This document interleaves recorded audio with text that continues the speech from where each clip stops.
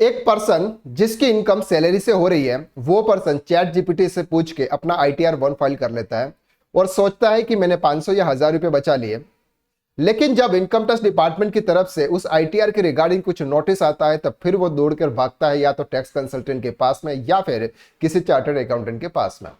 और फिर वो चार्टर्ड अकाउंटेंट या टैक्स कंसल्टेंट उनसे 2000, 3000 या 5000 रुपए उस नोटिस का रिप्लाई देने के लिए मांगता है। तब वो सोचता है कि काश मैंने अपना इनकम टैक्स रिटर्न किसी चार्टर्ड अकाउंटेंट या टैक्स कंसल्टेंट से फाइल करवा लिया होता, तो आज मुझे इतना चार्ज पे नहीं करना पड़ता।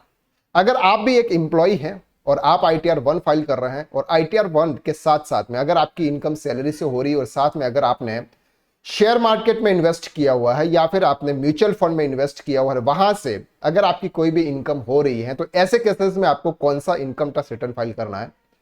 क्या आपको आईटीआर 1 फाइल करना है, क्या आपको आईटीआर 2 फाइल करना है, या फिर आपको आईटीआर 3 या 4 फाइल करना है?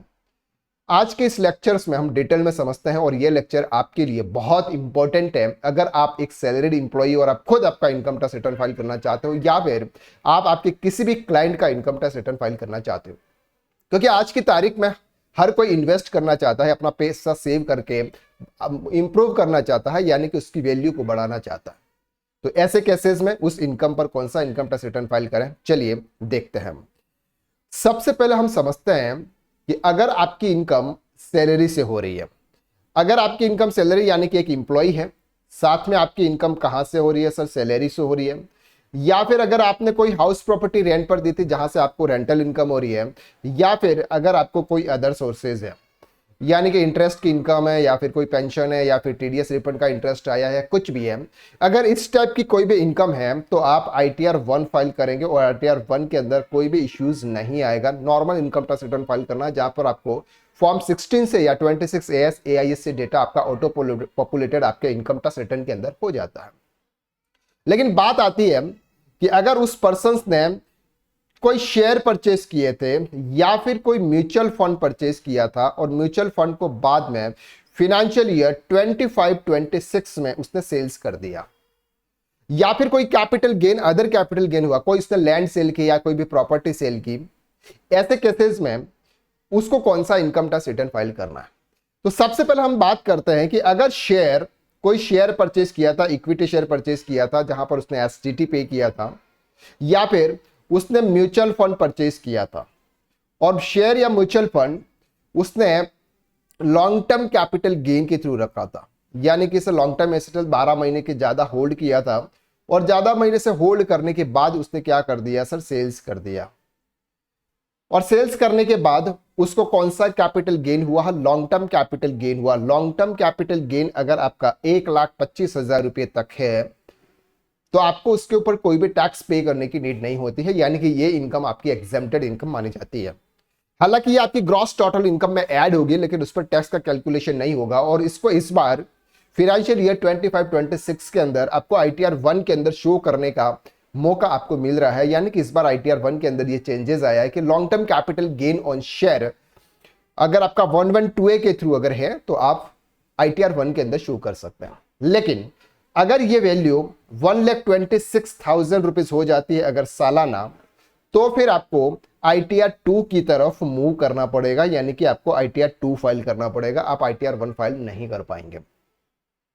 अगर कोई भी लॉन्ग टर्म कैपिटल गेन है, चाहे वो शेयर का है चाहे वो म्यूचुअल फंड का है, और अगर 1,25,000 रुपए से ज्यादा की अगर इनकम है तो आपको आईटीआर 2 फाइल करना है। हालांकि टैक्स आपको 1,000 रुपीज पर ही लगेगा, लेकिन आईटीआर 2 फाइल करना पड़ेगा। उसमें आईटीआर 1 के साथ काम आपका नहीं चलेगा। साथ में अगर आपने कोई डिलीवरी परचेस किया था, फॉर एग्जांपल आपने शेयर परचेस किया और शेयर आपने 5 डेज होल्ड किया, 50 डेज होल्ड किया, 180 डेज होल्ड किया, या फिर 364 डेज आपने होल्ड किया, यानी कि एक साल के अंदर अंदर आपने उस डिलीवरी को क्या कर दिया सर? सेल्स कर दिया।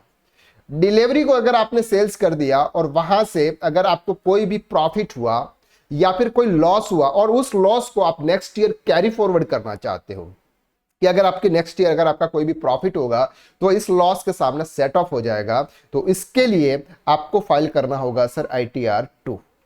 कौन सा फॉर्म फिल करना होगा? आईटीआर 2, यानी कि short term capital gain on share, short term capital gain on mutual fund अगर आपका कोई भी है तो आपको ITR 2 फाइल करना है। अगर आप कोई भी प्रॉपर्टी सेल कर रहे हैं और वहां से अगर आपका कोई शॉर्ट टर्म कैपिटल गेन या शॉर्ट टर्म कैपिटल लॉस है, या फिर लॉन्ग टर्म कैपिटल गेन या लॉन्ग टर्म कैपिटल लॉस है, और गेन के ऊपर आपको टैक्स पे करना है, और लॉस को अगर आप कैरी फॉरवर्ड करना चाहते हैं तो उस पर आपको ITR 2 फाइल करना है। तो यहां पर यह समझना आपके लिए बहुत जरूरी है कि अगर आप सैलरी इनकम के साथ साथ में अगर आप इन्वेस्ट कर रहे हैं म्यूचुअल फंड के अंदर, और उस म्यूचुअल फंड को अगर आपने फाइनेंशियल ईयर 25-26 में अगर आपने सेल कर दिया है, रिडीम कर दिया है, तो ऐसे केसेस में वहां पर अगर आपकी जो भी इनकम होगी, अगर शॉर्ट टर्म कैपिटल गेन है तो कंपलसरी आपको ITR 2 फाइल करना है। और अगर लॉन्ग टर्म कैपिटल गेन है, अगर आपको ये देखना है कि वो मैंने कब परचेज किया था, अगर उसको आपने ज्यादा 12 महीने से पहले परचेज किया था तो वो आपका लॉन्ग टर्म कैपिटल एसेट्स माना जाएगा, और उसको अगर आप सेल करेंगे तो लॉन्ग टर्म कैपिटल गेन माना जाएगा। और लॉन्ग टर्म कैपिटल गेन अगर आपका 1,25,000 रुपए तक का है तो फिर आप ITR 1 फाइल करेंगे, ITR 2 की नीड आपको वहां पर नहीं होगी। लेकिन 1,26,000 हो गया तो ITR 2, short term capital gain ITR 2, short term capital loss, long term capital loss ITR 2 अगर आपको कैरी फॉरवर्ड करना है तो। क्लियर? अब सर एक और बात कर लेते हैं कि बहुत सारे पर्संस क्या करते हैं सर, सैलरी पर जॉब करते हैं, साथ साथ में इंट्राडे भी कर लेते हैं। यानी कि सर हमने दिन को परचेज किया, सुबह परचेज किया, शाम को हमने सेल्स कर दिया, और वहां पर थोड़ा बहुत प्रॉफिट कमाना चाहते हैं कि दिन को 500 रुपया मिल जाए, 1000 रुपये मिल जाए, या 5000 रुपया मिल जाए, 50,000, 60, जो भी उनकी एक्सपेक्टेशन होती है उसके हिसाब से वो अपना इन्वेस्ट कर लेता है। सारा दिन परेशान रहते हैं कि ऊपर नीचे गया मार्केट, ये हुआ वो हुआ, डाउन आ रहा ऊपर आ रहा, इस तरह से धड़कनें उनकी बढ़ती रहती है। और फिर अल्टीमेटली 2:30 बजे, 3, 3:15 बजे जो भी मार्केट क्लोज होता है, इसके पहले पहले वो उसको सेल्स कर देते हैं। That's called intraday. अब इंट्राडे के केसेस में उनको कौन सा इनकम टैक्स रिटर्न फाइल करना है, तो इंट्राडे के केसेस में उसको ITR 3 फाइल करना होगा, क्योंकि ये एक बिजनेस इनकम मानी जाएगी।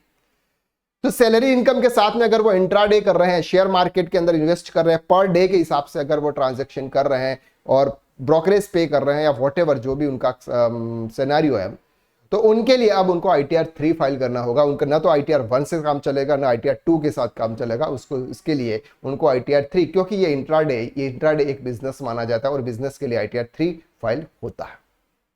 क्लियर है? तो आपको इन तीनों सिचुएशन को मैंने आपको बता दिया है कि अगर आपकी इनकम फ्रॉम सैलरी से हो रही है, हाउस प्रॉपर्टी से हो रही है, अदर सोर्सेज से हो रही है, तो ITR 1 से काम चल जाएगा। अगर आपने शेयर मार्केट में या म्यूचुअल फंड में अगर आपने इन्वेस्ट किया है और शॉर्ट टर्म है तो आपको ITR 2 फाइल करना पड़ेगा, जहां पर आपको 20% के हिसाब से जो भी टैक्स लगता है वो भी होगा।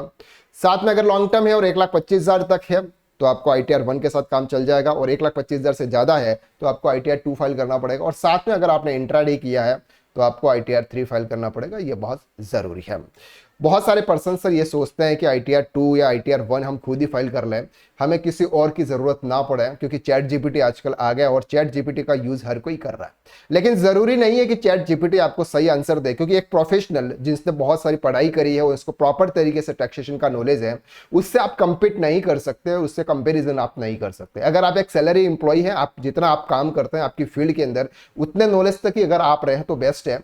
और टैक्सेशन का ये जो काम है ITR का, वो काम अगर आप किसी प्रोफेशनल को सौंपे, या फिर किसी टैक्स कंसल्टेंट को, या फिर चार्टर्ड अकाउंटेंट से फाइल करवाओ, और 500-1000 रुपए के चक्कर में आप इनकम टैक्स डिपार्टमेंट के नोटिस का रिप्लाई ना देना पड़े, तो ऐसे केसेस में आपको आपका इनकम टैक्स रिटर्न किससे फाइल करवाना चाहिए? टैक्स प्रोफेशनल्स या फिर चार्टर्ड अकाउंटेंट, जिनको प्रॉपर तरीके से टैक्सेशन का नॉलेज है।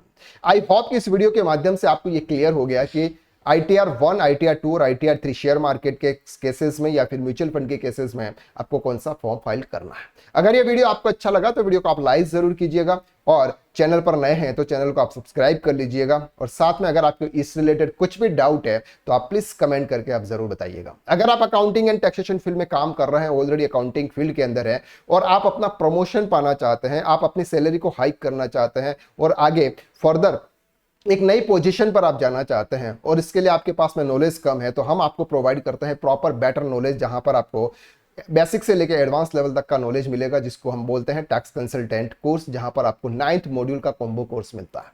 अगर आप इस कोर्स को ज्वाइन करना चाहते हैं या फिर आप इस कोर्स के बारे में इंक्वायरी करना चाहते हैं, तो आप डिस्क्रिप्शन में आपको एक लिंक दे रखी है, उसको आप जरूर क्लिक करें और इस कोर्स के बारे में जानकारी दें।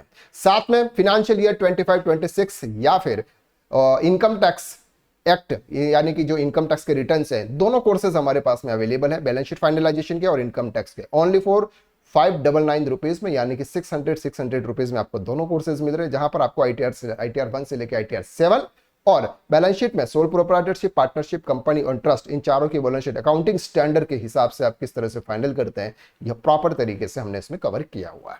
तीनों की लिंक आपको डिस्क्रिप्शन में मिल जाएगी और साथ में आपको एक टेलीग्राम ग्रुप की या व्हाट्सएप ग्रुप की लिंक मिलेगी। अगर आपसे परमानेंटली हमसे जुड़ना चाहते हैं, नई लेटेस्ट अपडेट जानना चाहते हैं, तो आप इस ग्रुप को भी ज्वाइन कर सकते हैं।